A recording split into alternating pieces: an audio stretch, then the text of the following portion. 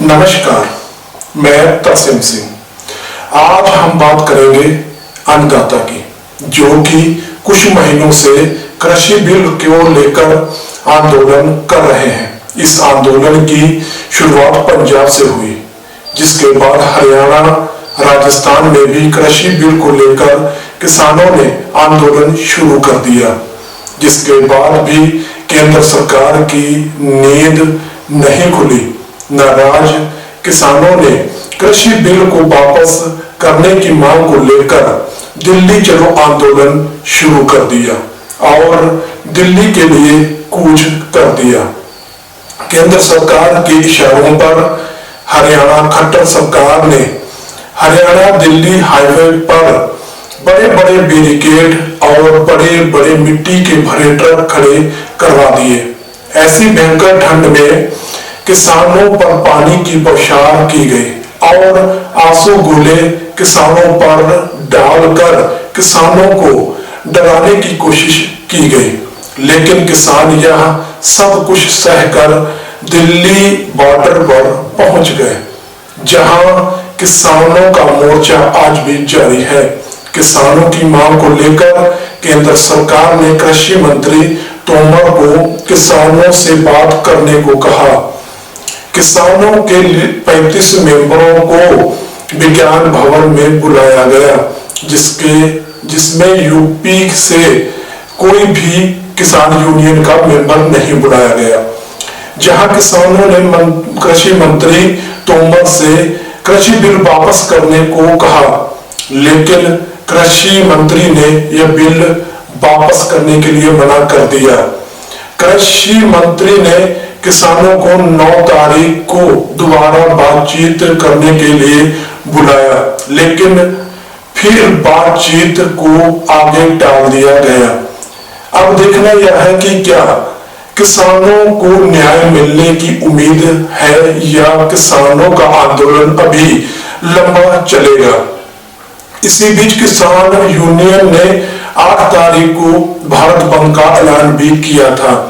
सभी राज्यों में सभी वर्गों ने भारत बंद में किसानों का बड़ा सहयोग दिया।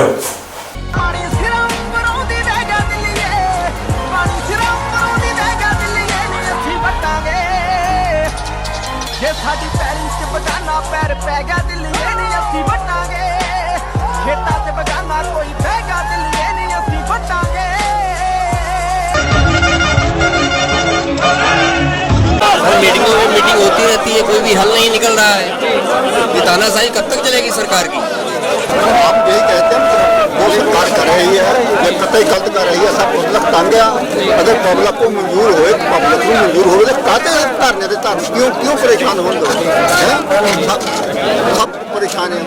जी मतलब यही है जो मोदी ने 3 कानून पास किए हैं उसको रद्द किया जाए। हम लोगों को मतलब सुनता नहीं है। हमारा धान फसल सही रेट से नहीं बिक रही है। हमारा जो काला कानून बनाया है उनको रद्द किया जाए।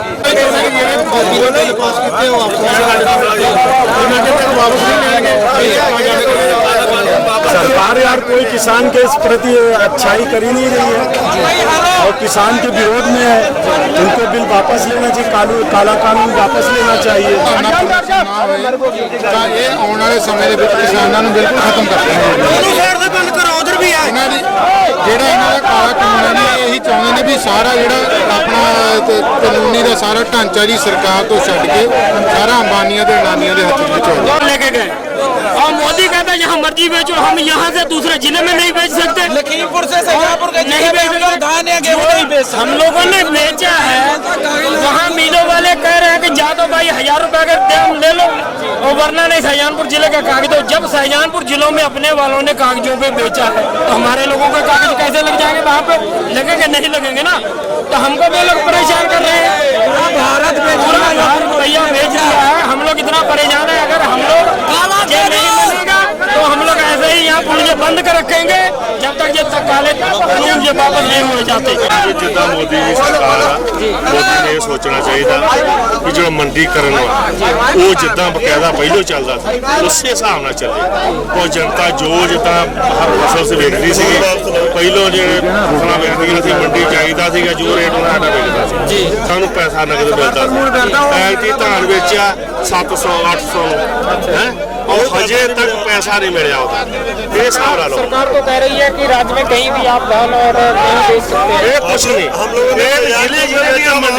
धान बेचन सयानपुर और यकीमपुर को पाकिस्तान बना दिया एक मिनट धान बेचन का जो समय है गवर्नमेंट कहती सी जहां मर्जी धान बेची जो मौका धान बेचन का उदो जिलाबंदी कर दी।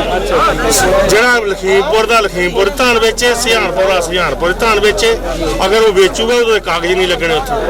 मतलब गवर्नमेंट की नीति जी बहुत गंदी आ मोदी दी जोगी दी सारे ने सब राजनीतियां इन्हां दी गंदियां जिन्ने अधिकारी मिले ये भी सब बेकार पैटा जो डीएम आ डीएम वो तो भी बेकार है क्योंकि उन्हें लागू किया जिले क्यों जिले बंद किए लोगों की फसल भी करनी चाहिए जो पूरा लागू किया ये सारी गंदी राजनीति मोदी दी जिन्नी मोदी दी गंदी राजनीति है उन्नी राजनीति गंदी नहीं इन्हें किसान नू इन्ना पब्लिक नू परेशान कर दिता है कि जो ना किसान इन्ना परेशान है किसान नू की लोड़ है ठंडे पंजाब च जेडे सारे बैठे उन्होंने की लोड़ है धरना देने की लोड़ अंदोलन करने दी।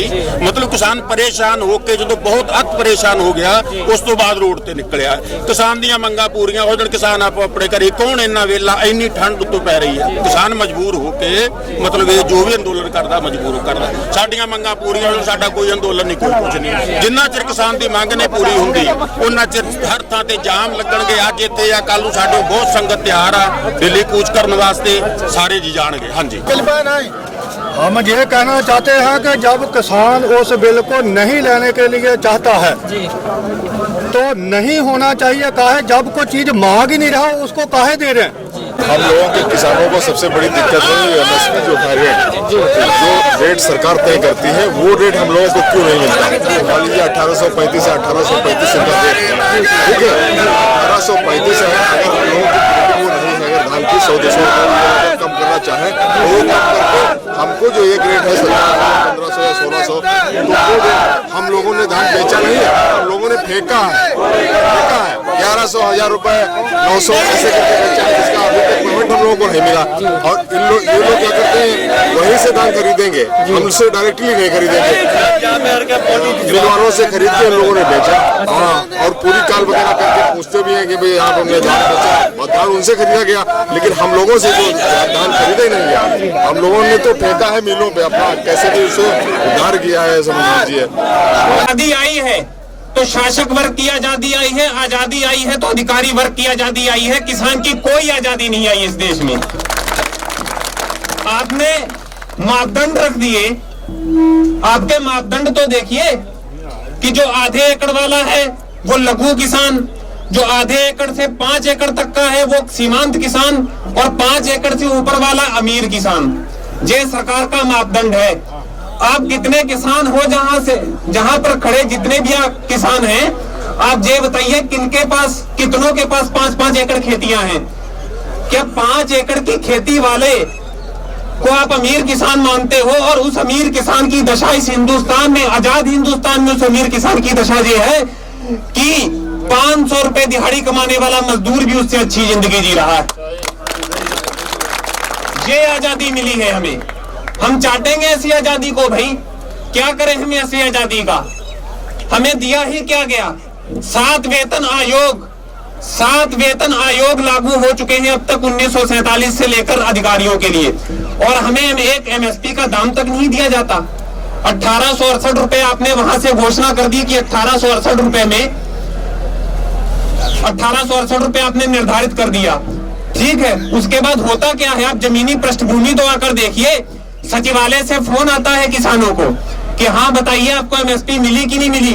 आप जमीनी पृष्ठभूमि तो आकर देखिए गोला गोकर्णनाथ में क्या हुआ इस बार किसान मर गया 15 दिनों तक मंडी में मच्छर लड़ाता रहा आखिरकार 15 दिन बाद उसको मापदंडों के आधार पर आपके मानक पूरे नहीं है आपका दाना काला है आपका दाना लाल है आपका ये है आपका फलाना है। उस किसान को जब 15 दिन बाद मानकों के आधार पर मंडी से जब बाहर धकेला जाता है, उस किसान से सोच कर देखिए कि उसके दिल पर क्या बीतती होगी। ये हाल है। 15 दिन में खुद वहां पर काट कर आया हूं गोला गोकरनाथ मंडी में। आप जमीनी पृष्ठभूमि देखिए, 1100 से 1200 में धान बिका, ठीक है, और राइस मिलरों ने ब्लैकमेल करके ये कहा कि अगर आप कागज मुहैया करवा देते हैं हमें तो हम 1300 रुपए दे देंगे, 100-150 रुपए फाजिल रेट दे देंगे। सरकार को ये भी दिखा दिया कि हमने एमएसपी पे खरीद कर ली और इतनी बड़ी लूट भी कर ली। इससे बड़ी बुरी हालत और किसान की क्या होगी इस देश में? ये आजादी मिली है हमें 1947 के बाद में, बताइए। आज गन्ना किसान इतना बेचारा परेशान है कि उसने गन्ना लगाया, 1 महीने के लिए उसका, 1 साल के लिए उसका खेत बंधक पड़ गया, उसके बाद 8 से लेकर 10 महीनों का पेमेंट बकाया। अब ये हाल जब किसान का होगा फिर कहते हैं कि सड़कों पे क्यों आते हो भाई? तो किसान सड़कों पे नहीं आएगा तो कहां पे जाएगा भाई? है, किसान तो आत्महत्या की कगार पर पहुंच चुका है। ये किसान अपने अंतिम अस्तित्व की लड़ाई लड़ रहा है। आप ये हिसाब लगा लीजिए, अगर आज हम लोगों ने अपनी एकता का प्रदर्शन नहीं किया तो ये हिसाब लगा लीजिए कि हमारी आने वाली पीढ़ियां गुलामी का वो दंश झेलेंगी जिसको आपने कभी सोचा नहीं होगा।